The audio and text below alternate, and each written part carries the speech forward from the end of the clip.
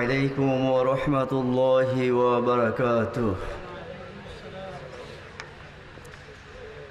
الحمد لله وكفى وسلام على عباده الذين اصطفى أما بعد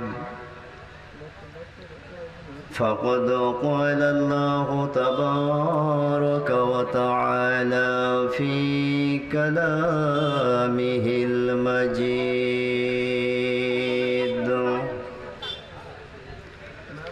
والفرقانه الحميد.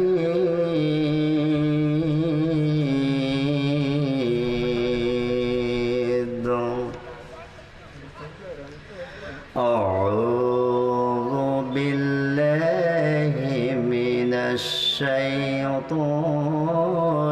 الرجيم. بسم الله الرحمن الرحيم.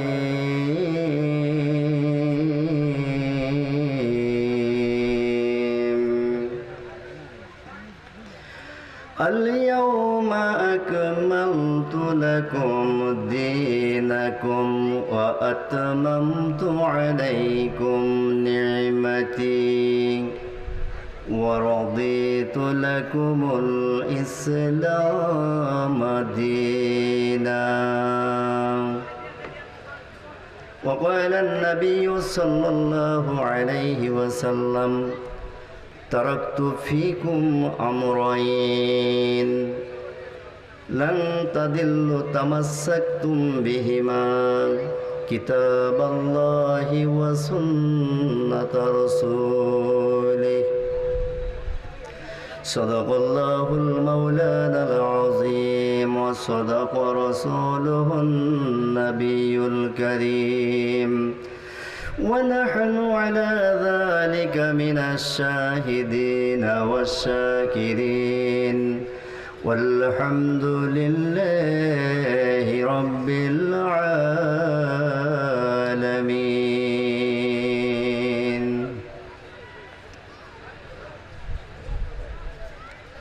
উত্তর জামশা গ্রামবাসীর উদ্যোগে আয়োজিত উদ্যোগের মাহফিলের সম্মানিত সভাপতি, আজকের মাহফিলের প্রধান বক্তা, মাহফিলে আজকের প্রধান অতিথি, আমার সামনে উপবিষ্ট সম্মানিত মুরব্বিয়ানে ইজাম, আমার যুবক ভাইয়েরা, কচিকাঁচা শিশুরা, পর্দার আড়ে অবস্থানরত আমাদের সরলা অবলা মা ও বোনেরা, সবাইকে একরাশ আন্তরিক সালাম ও শুভেচ্ছা জানিয়ে আলোচনা শুরু করছি।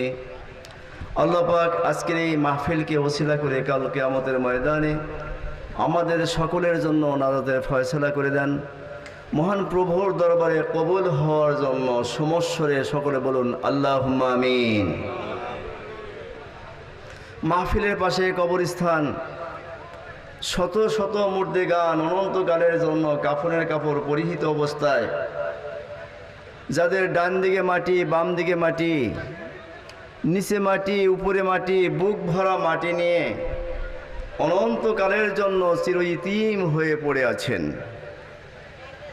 আজকের দোয়ার মাহফিলকে জরিয়া করে আল্লাহ রব্বুল আলামিনের দরগাহে আমরা প্রার্থনা করছি, আল্লাহ তাআলা যেন আজকের দোয়াকে ওসিলা করে কবরবাসীর জিন্দেগির গুনাহগুলোকে মাফ করে দেন। সমস্যায় বলুন আল্লাহুম্মা আমিন।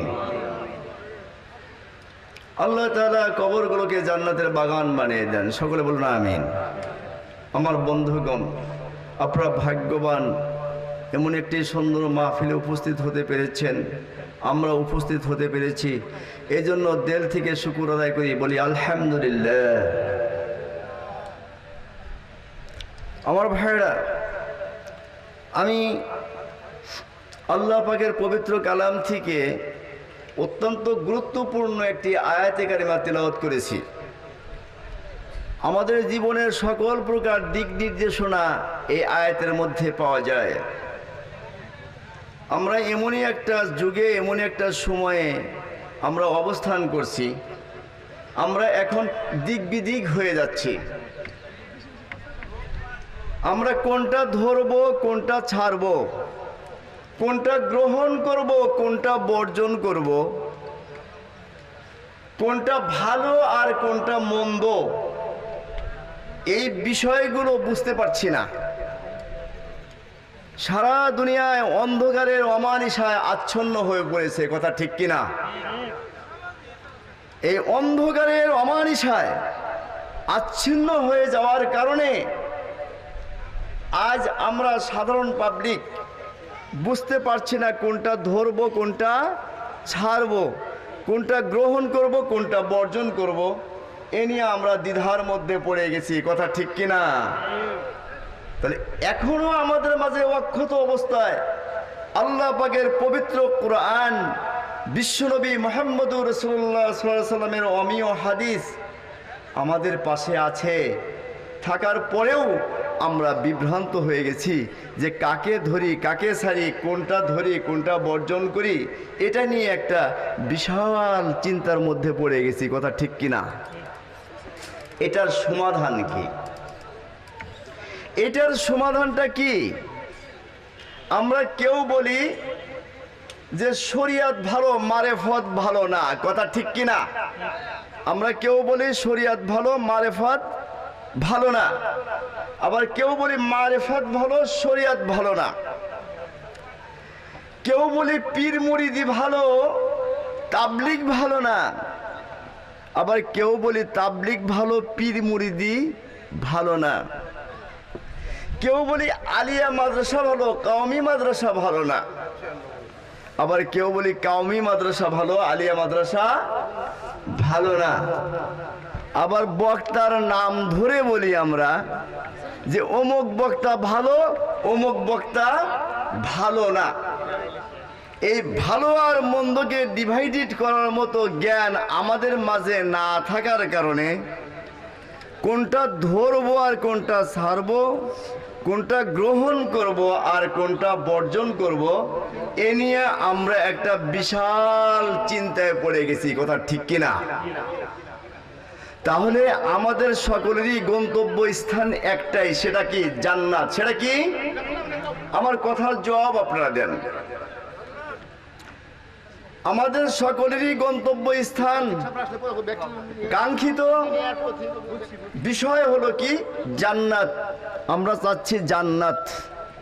তাহলে জান্নাত পেতে হলে সেই সঠিক জিনিসটাই আমাদেরকে ধরতে হবে, কথা ঠিক কিনা? জান্নাত পেতে হলে সঠিক জিনিসটাই ধরতে হবে। কিন্তু কোনটা সঠিক আর কোনটা অঠিক, কোনটা সত্য আর কোনটা মিথ্যা, কোন জায়গায় গেলে ভালো পাবো আর কোনটা খারাপ, এই জিনিসটা বুঝবো কি দিয়ে? এই জিনিসটা বোঝার জন্য আল্লাহ রাব্বুল আলামিন পবিত্র কালামে একটা কথা বলেছেন। বিশ্বনবী মুহাম্মদুর রাসূলুল্লাহ সাল্লাল্লাহু আলাইহি সাল্লাম একটা বাণী রেখে গেছেন। এরকম হাজারো বাণী আছে, কিন্তু তার মধ্য থেকে আমি দুটি বিষয় আলোচনা করছি। এক নম্বর, আল্লাহ তাআলা বলেন, আল-ইয়াওমা আকমালতু লাকুম দীনাকুম ওয়া আতমামতু আলাইকুম নি'মাতি ওয়া রাদিতু লাকুমুল ইসলাম দীনা। সকলে বলুন সুবহানাল্লাহ। আল্লাহ রাব্বুল আলামিন বলেন, মানব জাতির মুক্তির জন্য, আমার বান্দাদের মুক্তির জন্য, আজীবন মুক্তি পায়। দুনিয়ায় যত মানুষ আসবে সকল মানুষ মুক্তি পাবে। এ মুক্তির জন্য আমি আল্লাহ রব্বুল আলামিন আমার যে নিয়ামত বান্দার জন্য উপকারী, বান্দার জন্য অতীব গুরুত্বপূর্ণ যে জিনিসটা, সেই জিনিসটা হলো আমার দেওয়া একটা নিয়ামত। এই নিয়ামতটাকে, তার মানে হলো আল কোরআনকে, তার মানে হলো কি? আল কোরআনকে আমি আল্লাহ রাব্বুল আলামিন আজকের এই দিনে কমপ্লিট করে দিলাম। বলেন সুবহানাল্লাহ। আয়াতে কারিমা বিদায় হজের ভাষণে বিশ্বনবী মুহাম্মদুর রাসূলুল্লাহ তেলাওয়াত করে উম্মতকে শুনিয়েছেন। বলেন সুবহানাল্লাহ। নিয়ামত আল্লাহ কমপ্লিট করে দিয়েছেন, যে নিয়ামতের মাধ্যমে আল্লাহকে পাওয়া যাবে, নবীকে খুশি করা যাবে। মানব জীবনে মুক্তি রয়েছে, সকলের জন্য মুক্তির ব্যবস্থা রয়েছে। এমন মুক্তির ব্যবস্থা যে কালামের মধ্যে এসেছে, সেটার নাম হলো আল কোরআন। আমি আল্লাহ রব্বুল আলামিন আল কোরআন দিয়ে দিলাম।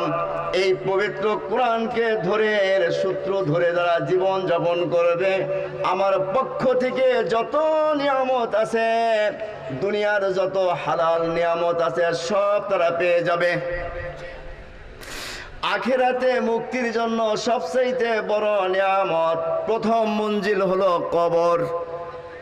কবরেও সে বড় নিয়ামত পেয়ে যাবে, হাসরে বড় নিয়ামত পেয়ে যাবে, মিজানে বড় নিয়ামত পেয়ে যাবে, পুলসুরাতেও বড় নিয়ামত পেয়ে যাবে।